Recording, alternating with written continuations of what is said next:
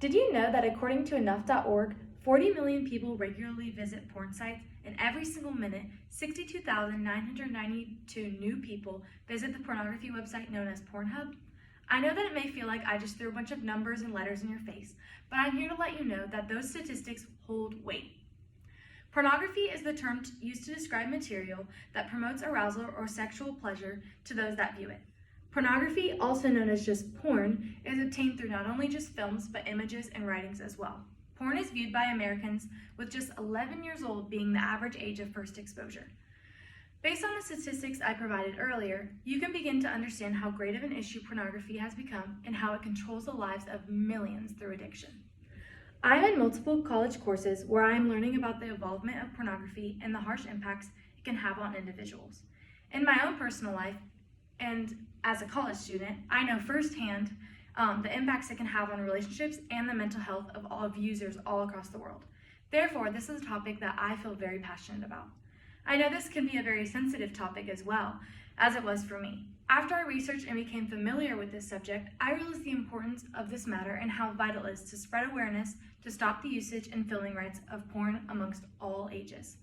I believe that the United States should adopt a policy banning pornography in order to reduce the number of victims involved in unwanted sexual behaviors, lower the age of children that are viewing inappropriate material, and ultimately lessen addiction rates to pornography by limiting exposure to such explicit images.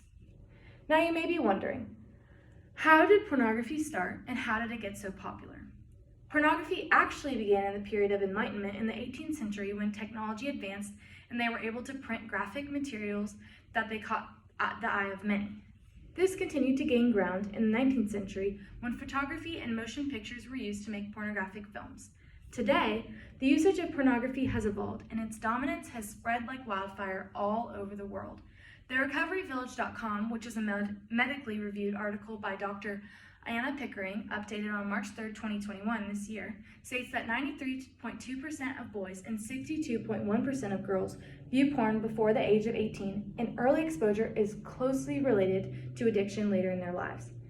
The article goes on to describe a 2013 study that stated 90% of porn users that they studied claimed porn negatively impacted their romantic relationships, and most subjects admitted to lower self-esteem after viewing porn. Although that is concerning, this issue is much larger than Americans lying in their beds at night watching an explicit screen. Pornography is one of the most profitable businesses by making money off exposed children and sexually abused men and women. Studies from FightTheNewDrug.org published on January 25, 2017 found that internationally, the consumption of pornography was significantly associated with increases in sexual aggression, both verbally and physically, amongst male and females alike. Women are objectified and always shown as submissive characters in the films. This alters the way male porn viewers perceive women in the real world and has the power to affect the way that they treat women in their relationships and their futures. The study from FightTheNewDrug.org continues to claim that the teen pornography category has topped porn site searches for the last 7 or more years. Although child pornography is claimed illegal, it is not monitored regularly, and thousands of videos are readily accessible. Today, not only is there more porn to watch, but there are also more ways to watch it now more than ever. Children are now given phones at such a young age in the US, and pornography is at the tip of their fingers, considering all they must do is type in one thing into their search bar and they are given access to millions of explicit videos. This is affecting the minds of adolescents, and research from TheRecoveryVillage.com has proved that porn is in close correlation with children's mental health and has been linked to aggressive behaviors in their later life situations as well. The TED Talk called The Great Porn Experiment, this was given in May of 2012, provided many common symptoms of arousal addiction. They include things such as ADHD, social anxiety, depression, performance anxiety, and OCD. Many doctors prescribe medications for these conditions, but they don't even think to ask about internet addictions first. Many Americans would argue that the benefits of pornography outweigh the risks. The website titled What Do Americans Think About Banning Porn, written by Charles Fane Layman in 2019, provided a chart that stated 61% of the United States population view porn negatively, meaning that 49% of Americans still view pornography in a positive light. A pro-pornography person may argue that porn provides them with freedom to express themselves sexually and that sex is healthy, so internet addictions are okay, right?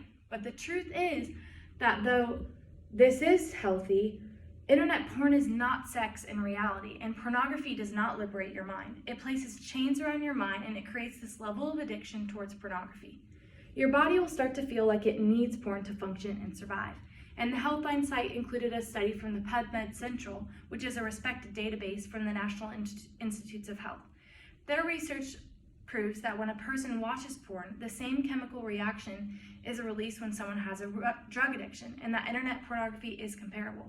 See, when you watch porn, large amounts of dopamine are released in your brain that override your natural mechanisms.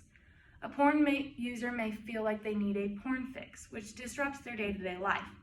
Therefore, watching porn may feel freeing in the short term, but in the long term, it makes someone feel trapped and guilty in their addiction. And these long-term effects can include being unable to enjoy your sex life with your real-life partner and neglecting your basic responsibilities, such as just sleep. So, in the United States and in most other countries, there is no real law in place that prohibits the usage and filming of porn with persons above the age of 18. And in the source known as freedomforinstitute.org by David Hudson Jr., the author describes the 1889 Dial-A-Porn case, where the Supreme Court bluntly stated that sexual expression which is indecent but not obscene is protected by the First Amendment. There is too much freedom in what is legal and what is not. Any pornography director could argue that their scenes are indecent but not obscene. I believe that any fully obscenity or nudity in films or images should be illegal. This will protect persons not only watching porn, but also children and women victimized and objectified in films. In order to lessen addiction rates and keep children safe, I want the U.S. government to implement a regulatory policy that prohibits full nudity and obscenity amongst all ages and in all public films and images. This policy will save future generations from the emptiness and disorders that porn addictions can bring. So, in conclusion, we have seen the horrific effects pornography takes on people, specifically younger age groups that do not have the knowledge and guidance to say no to their screen lying next to them at bed at night. When the youth's lives and futures are on the line, no policy is more important than the one that can protect their physical and mental health. And as long as the policy is set in place where pornography is put to an end and it continues to be implemented, lives will be saved and day-to-day habits will be much healthier. Women and children will no longer be victims by the effects of pornography if the regulatory policy is put into action. So, I urge you to take contact and action to your U.S. representative or senator and encourage them to pass a law that prohibits all porn making and viewing.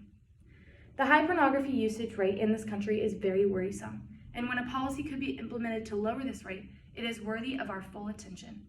I hope after this speech you realize how necessary it is to implement this non-pornographic policy in order to protect victims involved in unwanted sexual behaviors and ultimately lessen addiction rates to pornography by limiting exposure to such explicit images.